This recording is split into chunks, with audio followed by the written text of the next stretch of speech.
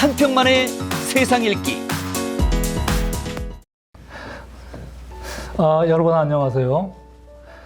새해 첫 대담 프로그램입니다. 재단법인 한반도 평화 만들기 한반도 포럼이 주관을 해서 온라인 대담을 지난해부터 시작을 했는데 새해가 한 3주 정도 지나고 있습니다만은 올해 첫 온라인 대담 프로그램을 녹화를 합니다. 오늘 다룰 주제는 얼마 전 북한에서 노동당 8차 대회가 마무리가 됐습니다. 노동당 8차 대회, 그리고 이 대담을 녹화하는 오늘부터 약 하루 반 정도 지나면 미국 현지 시간으로 미국 제46대 대통령 바이든 대통령이 정식 취임을 하고 새 정부가 출범을 하게 됩니다. 따라서 우리 입장에서 보면은 미국과 북한, 미국 사이에 북한 비핵화와 관련해서 미국이 전 정부라고 할 수 있는 트럼프 행정부에서 두 차례의 정상회담, 또 판문점에서 한 차례의 그 회동이 있었습니다만은 그런 그 과정을 통해서 북한 비핵화에 어떤 진전이 있을 걸 기대를 했었습니다만은 현 상황은 매우 교착된 국면이고 제8차 북한 노동당 대회의 결과를 보면은 오히려 북핵 문제가 더 악화되는 상황인 것 같습니다. 따라서 오늘 미국의 새 정부가 출범을 하고 북한에서 노동당 8차 대회가 끝났기 때문에 그 두 이슈를 엮어서 한반도 정세에 미치는 영향에 대해서 대담을 하려고 합니다. 오늘 이 자리에는 두 분의 전문가를 모셨습니다. 먼저 제 왼쪽에 통일연구원에서 선임연구위원으로 계시는 조한범 박사님이십니다. 예, 안녕하십니까. 예, 반갑습니다.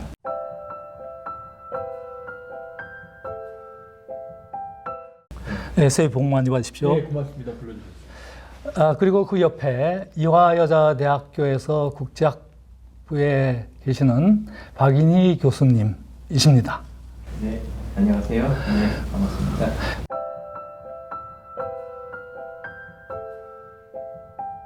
박인희 교수님은 저희 한반도 포럼의 중요 멤버이시기도 합니다. 오늘 앞서 말씀드린 것처럼 두 분 전문가를 모시고 그 주제에 대해서 논의를 하겠는데 아마 두 분 전문가께서 굉장히 심도 깊은 지식과 또 정책적 비전 그런 식견을 갖고 계시기 때문에 뭐 길게 논의를 할 수도 있겠습니다만은 아무래도 유튜브를 통한 대담이기 때문에 가급적이면은 핵심만 가지고 간략하게 짚는 그런 시간을 갖도록 하겠습니다. 먼저 이 북한에 대해서 질문을 하도록 하죠. 북한 노동당 8차 대회가 지난 1월 5일부터 12일까지 8일간 열렸습니다. 그런데 사실 8일간이라는 기간도 깁니다만은 북한의 최고인민회의 14기 제4차 대회가 1월 17일 날, 일요일 날 하루에 끝났는데 사실 그날까지 노동당 8차 대회에 참여한 주요 멤버들은 거의 평양에 머물러 있었습니다. 그러한 점에서 사실 노동당 8차 대회는 약 2주간에 걸쳐서 진행되었다라고 볼 수 있는데 우선 조한범 박사님께 노동당 8차 대회를 구체적으로 들어가기 전에 먼저 총평을 한마디 해주실 수 있을까요? 예, 저도 이제 북한 들여다본 지가 뭐 우리 박 선배님보다는 덜하지만 거의 한 30년 돼 갑니다. 근데 참 기이했어요. 이게 도대체 왜 했을까? 그러니까 북한이 건국이라는 표현은 좀 그렇습니다. 헌법 때문에. 체제가 성립된 지 지금 75년, 6년째거든요. 그러면 8번 당대회를 했고요. 물론 초기에는 여러 번 했습니다. 80년, 70년이 5차, 80년이 6차였어요. 이때가 가장 화려했습니다. 뭐 당대에 참가한 사람들이 뭐 냉장고, 독일제 전투까지 선물을 받았을 정도니까. 그리고 80년대는 뭐 80년대 6차 때는 100만 명까지 모였어요. 그리고 26년 만에 2016년에 김정은 위원장이 자기 시대를 정말로 명실상부하게 여는 게 2010년 7차 당대예요. 그때는 옷도 양복을 입었습니다. 그리고 노동당 제1비서도 일자도 떼고 위원장으로 비서국을 폐지하고 정무국으로 바꿨고 국방위원회 제1부위원장에서 그것도 떼고 국방위원회 없애버리고 국무위원회 위원장으로 그게 이제 자기 시대를 개막을 한 거거든요. 그런데 5년 만에 이례적으로 빠르게 열었는데 이번에는 옷이 일단 양복에서 인민복으로 바뀌었어요. 바뀌었고 그리고 왜 했는지를 이해를 못할 정도로 새로운 비전이 전혀 없었어요. 뭐 일각에서 뭐 김정은 시대를 개막을 했다. 그건 2016년입니다. 그러니까 5년 동안에 김정은 위원장의 좌절, 정책적 실패라는 위기 상황에서 열었다 이렇게 봐야 돼요. 왜냐하면 김정은 위원장이 작년에도 신년사가 없었고 올해도 신년사가 없었거든요. 근데 북한 체제에서 정상식의 신년사가 2년 연속 없는 건 이번에 처음이에요. 1953년 전쟁 중에 한 번 있었고 그 다음에 1995년에 은둔의 지도자 김정일이 친필 연하장을 인민들에게 보내서 피눈물 나는 이라는 표현을 썼어요. 그때가 미공급이라고 고난행군기에 이제 시작될 시점입니다. 가장 위기였죠. 26년 만에 김정은 위원장이 다시 친필 연하장을 보냈어요. 그러니까 제가 보기엔 아마 북한 정권 수립 가장 위기가 지금이 아닌가 싶어요. 그런 위기에 열었으면 이게 상황을 돌파하는 뭔가 큰 계기를 만들어줬어야 되는데 그런 게 전혀 없었어요. 뭐냐면 정무국을 다시 비서국으로 모든 사회 주체는 비서국입니다. 시진핑 주석도 영어로는 이제 주석은 프레지던트지만 당에서는 이제 제너럴 시크리터리예요. 총석이 그게 총비서라는 얘기거든요. 그 다음에 서기장 고르바초프도 그렇고 모든 사회주의는 다 서기장이거든요. 다시 돌아갔어요. 일단 정치적으로. 두 번째는 경제입니다. 다시 계획경제로 돌아가겠대요. 그 다음 세 번째는 경제건설 총력으로 하겠다고 본인이 2018년 4월 달에 판문점 나오기 전에 선언해놓고 다시 핵으로 돌아갔어요. 그 다음에 사회통제를 강화하겠다고 곳곳에 지금 얘기를 해놨거든요. 그러면 젊은 지도자 김정은의 그동안 우리가 봤던 파격적인 모든 실험은 실패로 돌아갔다. 그리고 김정은은 다시 어두운 사회주의 터널의 굴로 들어갔다. 저는 그렇게 보는 거예요. 그렇기 때문에 상당히 암담하고 우울하게 이번을 좀 봤습니다. 저는. 네, 총평이라고 말씀하시면서 사실 그 구체적으로 정치 또 경제 또 김정은이 집권권 리더십 문제 그리고 사회 통제까지 모든 특성을 다 말씀을 해주셨는데 사실 벌써 2년 전이군요. 그 2019년 연말에 나흘인가 닷새 동안 당 중앙위원회 전원 회의를 개최를 하면서 결국 그 정면 돌파전 새로운 길을 예, 그것을 새로운 길이라고 얘기를 하고 또 지난해 여름에 당 중앙위원회 전원 회의를 개최를 해가지고 경제발전 5개년 전략을 실패를 인정하지 않았습니까? 그리고 나서 많은 북한 관찰자들 사이에 2021년도에 8차 당대회를 한다고 예고를 한 만큼 무언가 새로운 게 있지 않겠느냐 뭐 이런 그 기대를 한 사람도 있었습니다만은 사실 북한이 처한 대내 환경을 보면 딱히 기존에 지난 2년 남짓 걸쳐서 북한에서 여러 가지 행사를 통해서 공식적으로 거론한 것 이상으로 길이 없는데 결국은 그 길을 다시 반복하는 것으로 이번 8차 당대를 전개한 것이 아닌가 생각을 하는데 박인희 박사님은 어떻게 좀 생각을 하셨는지요? 김정은이 집권한 게 2012년이죠. 2011년에 아버지가 갑작스럽게 사망하게 되고요. 김정은 집권 이후에 뭐 두 분이 짚어주셨지만 가장 특징적인 두 개의 국가 운영 기조 이게 저 개인적으로는 외교를 하는 사람으로서 외교를 전문공하는 사람으로서 하나는 이제 뭐 경제 성장 아버지나 할아버지보다는 경제 성장에 대한 집착이 훨씬 더 강한 그런 국가 비전을 보여줬다고 생각을 하고요. 또 하나는 북한이 가보지 않은 외교의 길, 뭐 이게 이제 제가 생각하는 북한의 두 개 국가 비전이었는데.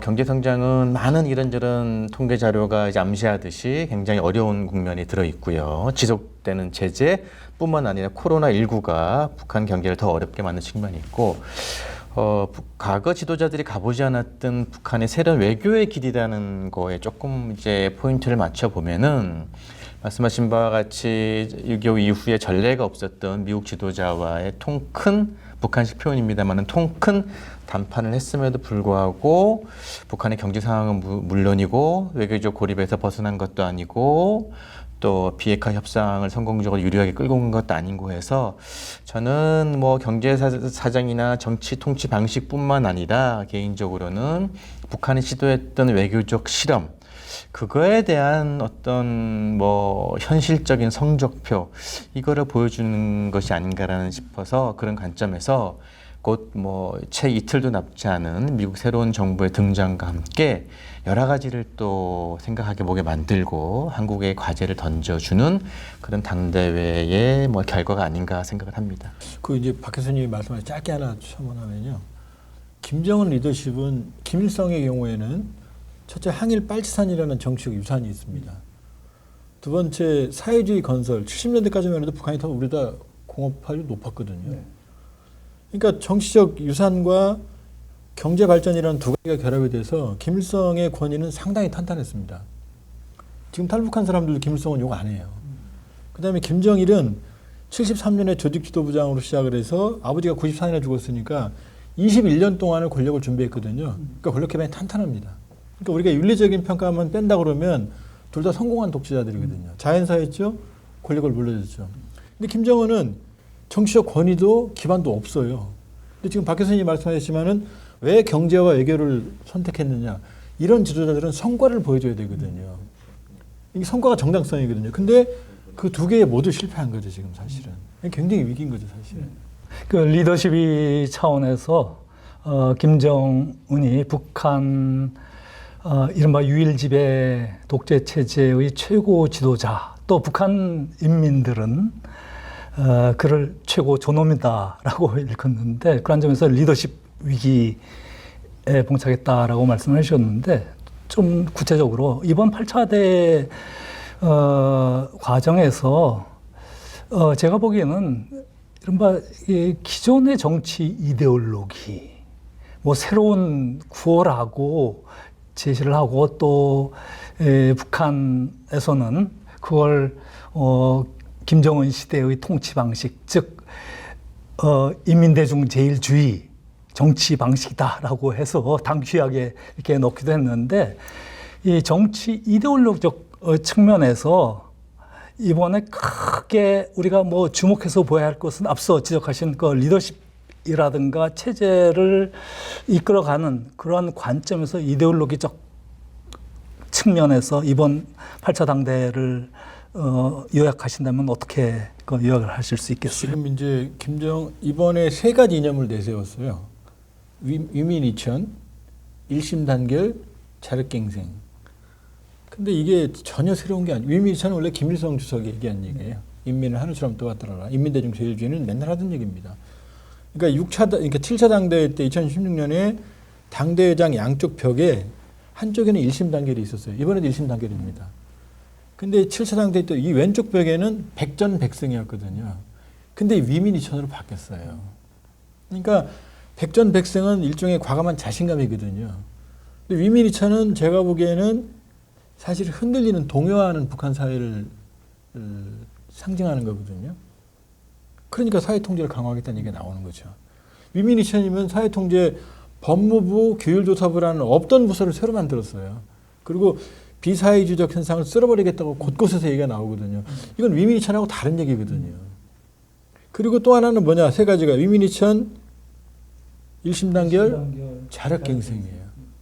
자력갱생이 어떻게 위민이천이 됩니까? 그러니까 전혀 새로운 이데올로기는 없는 겁니다. 없는 거고 다시 과거로 확고로 돌아갔는데 그러나 지금 말한 김정은 위원장이 선택한 모든 길은 다 역사적으로 실패한 길입니다. 하나만 더 말씀을 드리면 제가 굉장히 우려하는 부분이 지금 하나가 뭐냐면 김정은 위원장 총화 보고에서 이런 말이 나옵니다. 국영상점을 발전시키며 급양 편의 봉사의 사회주의적 성격을 강화한다. 이게 급양 편의 봉사가 뭐냐면요. 서비스업입니다. 국영상점은 장마장을 말하는 거고 지금 이 서비스업 그러니까 국가가 운영하게 되어 있지만 사실은 다 비공식적으로 개인들이 운영한 시스템이거든요. 이발소, 미장원, 목욕탕, 피부 미용실, 식당. 그런데 이게 지금 북한 정권 경제를 그나마 지탱을 하고 있는데 자 지금 북한의 신세대들은 국영상점이 무슨 말인지 몰라요. 옛날 얘기입니다. 우린 다 알지만요. 그다음 이 서비스업 이게 바로 이제 북한에서 이윤을 창출한 유일한 구조거든요. 근데 이걸 지금 국유화하겠다는 겁니다. 그러면 이게 사실은 엄밀히 말하면은 황금알을 낳는 거위의 그 배를 가르는 거거든요. 그러니까 굉장히 위험한 발상이거든요. 그러니까 사실 곳곳에 굉장히 위험한 발상이 지금 숨어 있어요. 그 복고뿐만이 아니라 그렇기 때문에 사실은 굉장히 저는 어둡게 이번 8차 당대회를 봤습니다.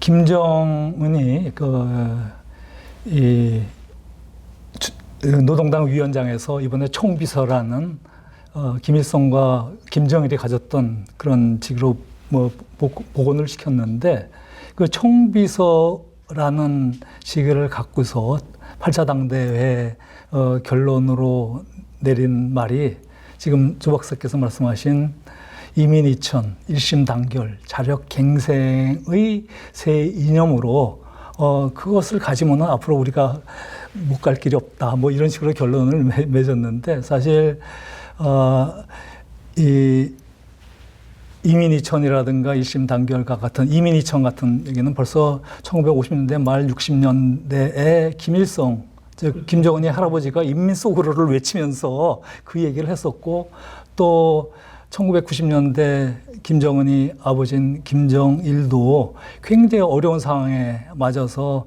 뭐 인민대중 제일주의는 뭐 사회주의 필승불패이다. 뭐 이렇게 우리식 사회주의는 필승불패이다. 뭐 그러면서 이제 그러한 유사한 그 구호를 내밀었죠. 그리고 뭐 인덕정치니 뭐 광복정치나라는 그러한 그 이데올로적 구호를 내밀었었는데 박 교수님, 그 김정은 그 시대에 들어와서 앞서 말씀드린 것처럼 외교적 차원에서 뭔가 좀 새로운 것을 좀 시도한 측면도 우리가 뭐 없지 않아 있다라고 볼 수 있는데 그러한 외교적으로 좀 더 서방이라든가 미국이라든가 이렇게 그동안 그 북한이 사회주의 진영과의 주된 외교 관계에서 서방 기타 지역으로 확산을 하려면은 그러한 이데올로기, 지금 나온 이데올로기에서 좀 탈피를 했어야 되는데 그 이데올로기라는 것이 새로운 외교에 상당히 구성 요인이 되지 않을까요? 한 두 가지 포인트를 말씀드리고 싶은데요. 하나는 이제 지적해 주신 바와 같이 이게 2차 세계대전 이후에 전 세계 유례가 없는 3대 세습 지도 국가 아닙니까? 3대 세습의 리더십이 유지되고 있는 국가인데 할아버지인 김일성은 태생적인 권력 기반이 있었고요. 권력 리소스가 있었죠. 아버지는 20년간 권력 수업을 하면서 스스로 만든 리소스가 있었고요. 김정은이 갑작스러운 뭐 약관의 나이에 이제 굳이 표현을 하자면은 권력 리소스를 만드는 게 지금 반복적인 뭐 대화 말씀입니다만은 경제 성장과 외교적 기반이었다는 것이 저의 이제 개인적인 생각이고요. 외교적 기반이라는 측면을 조금 더 뭐 적나라하게 표현을 하면은 미국으로부터의 뭐 인정, 미국과의 담판 뭐 이런 게 본인의 정치적 지위가 미국의 대통령과 버금간다라는 이런 거를 과시하는 게 저는 외교적 어떤 그 리소스의 확보였다라는 게 제 개인적인 생각입니다.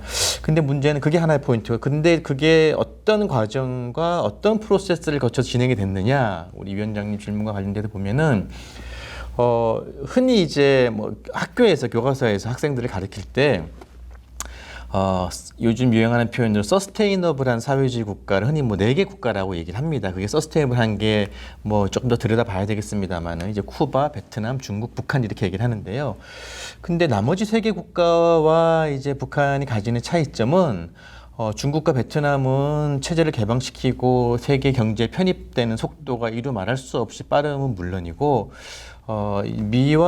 미개척지로 남아있던 쿠바마저 이제 미국과 국교 정상화를 하고 이제 미국의 질서에 뭐 표현이 좀 뭐 그렇습니다만 순응하는 이런 이제 체제적 어떤 전환을 했죠.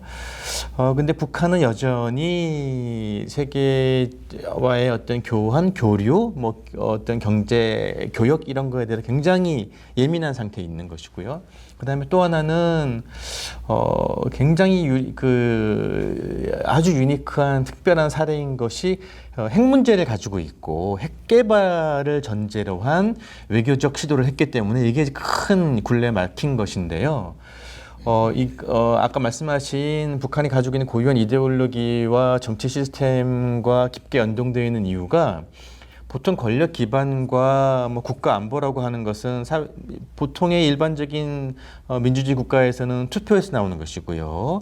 국민적 여론에서 나오는 것이고 국민적 지지에서 나오는 것인데 북한의 굉장히 독특한 그런 통치 방식이 하나는 국가 안보라고 하는 것과 지도자의 안보를 동일시하는 리더십 안보와 국가 안보를 동일한 걸로 간주하는 것이 굉장히 큰 북한만의 이데올로기이고 통치 방식이고 정치 체제이기 때문에 더군다나 한 발 더 들어가서 보면은 핵 개발이라고 하는 것은 자위적 수단이고 북한의 표현을 빌리면은 북한의 리더십을 지키는 생존이기 때문에 국가의 생존은 리더십의 생존이거든요. 북한식 논리로 하면은.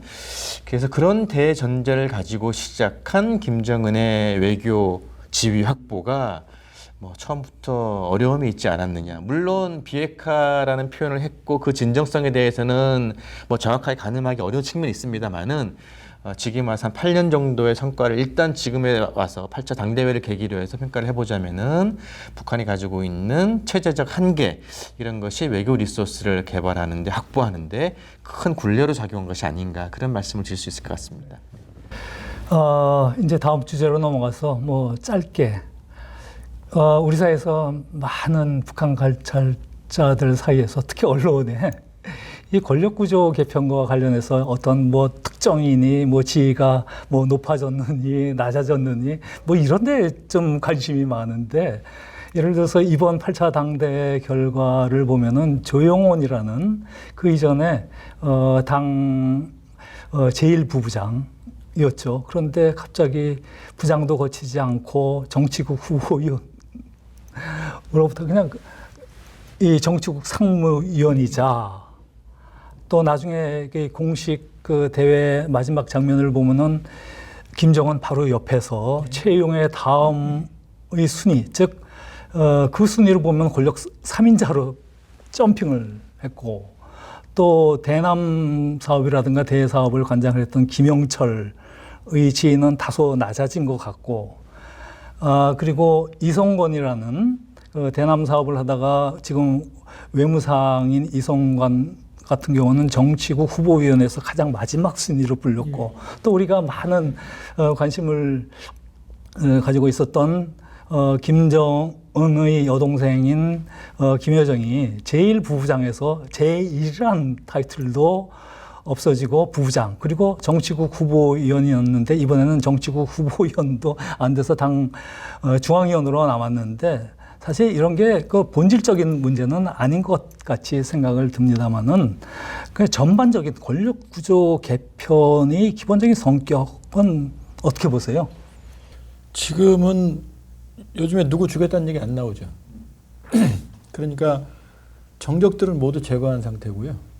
그러니까 박봉주도 이번에 모든 직함을 잃었지만 나중에 뭐 기속말까지 하는 얘기가 보였거든요. 그러니까 더는 죽일 일이 없는 것 같아요.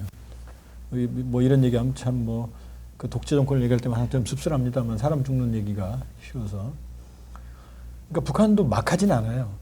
그러니까 당대라면 성과 중심으로 인사를 합니다. 그러면 박봉주는 이번에 모든 직함을 잃었어요. 그럼 박봉주는 경제 사령탑이거든요. 경제 책임을 진 겁니다. 일단 고령도 있지만. 두 번째 최선희 외무상 유명하죠. 우리가 많이 봤죠. 대미관계 성과가 없잖아요. 그러니까 중앙위원회 소변을 밀렸습니다. 김영철이 대남 대미까지 다 하는 특이한 케이스인데 성과가 없지 않습니까? 그러니까 부위원장에서 이제 비서로 바뀌었는데 탈락한 거죠. 김여정은 누가 봐도 명실상부한 대남 대미 컨트롤 타워거든요. 그러니까 김여정 올려줄 수가 없죠. 그러니까 김여정도 지위가 공식적으로 하강한 겁니다. 그런데 이것과 실질적으로 김여정의 예상은 다르죠. 왜냐? 김여정이 바로 직후에 대남 담화 또 냈죠. 끝나자마자 13일 날. 그리고 우리 언론은 안 나왔습니다만 12일 날 끝나고 이 김정은과 당 중앙위원회 위원들이 금수산 태양공정, 김일성과 김정은의 미라, 북한으로는 성지죠. 그 눈 오는 날 그 장면이 있는데요. 걸어가요. 김정은도 그 입구에서. 근데 김여정만 혼자 저쪽 뛰어다니면서 행사를 지휘합니다. 예, 그러니까 김여정의 실질적 위상은 제가 보기엔 오히려 강화됐습니다. 왜냐? 이번에 사상 최초로 당 중앙위 이 8차 대회에 집행부 39명의 20번째 이름을 올렸고요. 주석단에 김정은 바로 뒤에 조영원 옆에 앉았거든요. 그리고 지금 평창 동계올림픽 때 김여정이 단장으로 누가 봐도 김영철과 리성군을 데리고 왔거든요. 그럼 김여정, 김영철, 리성군은 김영철이 정말로 손발이거든요. 동급이 아닙니다. 그럼 김영철이 통전부장으로 내려간 게 아니라 통전부의 위상이 훨씬 강화된 거예요. 그러니까 이 머리에 김여정이 있거든요. 이번에 담화를 발언했으니까. 그러면 김여정의 실질적 위상은 훨씬 강화됐다. 일단 이렇게 볼 수 있고요. 문제의 조영원입니다. 이번에 제가 보기에 김정은 키즈들이 전면에 부상했다 이제. 조영원은 지금 김정은, 최룡해, 조영원 항상 순서가 이렇게 호명이 됩니다. 최룡해가 그냥 명목상의 그 빨치산 예우라고 그러면 지금 조영원은 자 이제 당 부위원장 체제가 비서로 바뀌었거든요. 김정은 다음에 나오는 첫 번째 비서가 조영원입니다. 예, 그 다음에 당 중앙 군사위원회 가장 중요한 실세 부서 중에 하나에 위원장 김정은, 부위원장 리병철, 그리고 세 번째가 조영원이에요. 그러니까 이번에 최고인민회의 할 때 정치국 상무위원이 5명입니다. 김정은, 최룡해, 조영원, 리병철, 김덕훈. 리병철, 김덕훈, 최룡해까지 모두 최고인민회의에 참석을 했거든요. 근데 조영원만 참석을 안 했어요. 김정은과. 이 얘기는 뭐냐? 조영원은 김여정을 제외할 경우에 김정은의 대화 파트너라는 얘기입니다. 사실상. 그러니까 이번에 별로 제가 보기에는 혹평을 했던 8차 당대의 그림도 제 그림의 설계자는 조영원이에요. 그러니까 조영원은 지금 집권 초기에서부터 지금까지 단 한 번도 김정은 곁을 떠난 적이 없고요. 거의 그 현장 지도에도 현지 지도에도 가장 많은 빈도를 보이고 있고요. 한 번도 강등이 된 적이 없습니다. 그렇게 보면 이제 김정은 본인이 이제 정적들을 제거하고 자기 시스템을 마련해서 이제 김정은의 뒤에 있던 키즈들이 전면으로 부상을 했고 그 핵심 거두가 조영원이 아닌가라고 보고 있고요. 김여정이 아무리 오빠의 후광을 얻다 하더라도 선전수동부는 장악할 수 있습니다. 내부 통제도 장악할 수 있어요. 근데 조직 지도만은 김여정으로 장악이 안 됩니다.